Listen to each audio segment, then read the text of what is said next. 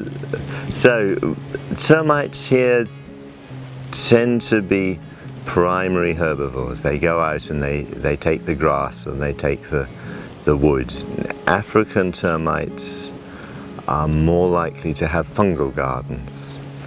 So they will bring in the vegetation from round about and then place it in a moist space, and then the fungus grows on top and they eat the fungus, which is very high in nitrogen.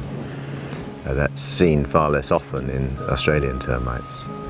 Some of our termites here are adapted to much more difficult habitats, like very swampy habitats. We've got termites called magnetic termites in swampy habitats that build long flat mounds, quite high, and that's thought to be built in that way to maximize the amount of sunshine. Because it's so moist, the food they store in these mounds is likely to get attacked by bacteria and become unsuitable.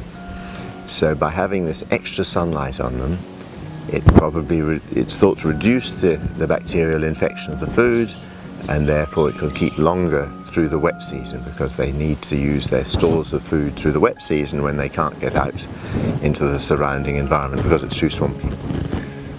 If you don't have that sort of mound, that shape of mound, then your colony is less likely to succeed. So over a long period of time there's been selection for this shape of mound in that environment. So there are some species that build only in the swamps, and then there's another one that builds a magnetic mound in the swampy areas and a rounded mound up on the slopes. Wow. And that's a result of natural selection over a long time, that they know how to adapt their mound to the circumstances.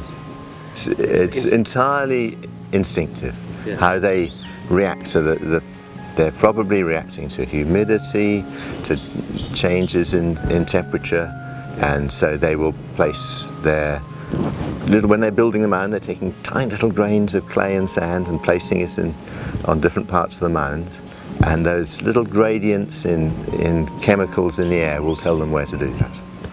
And if they haven't done that, then they don't survive.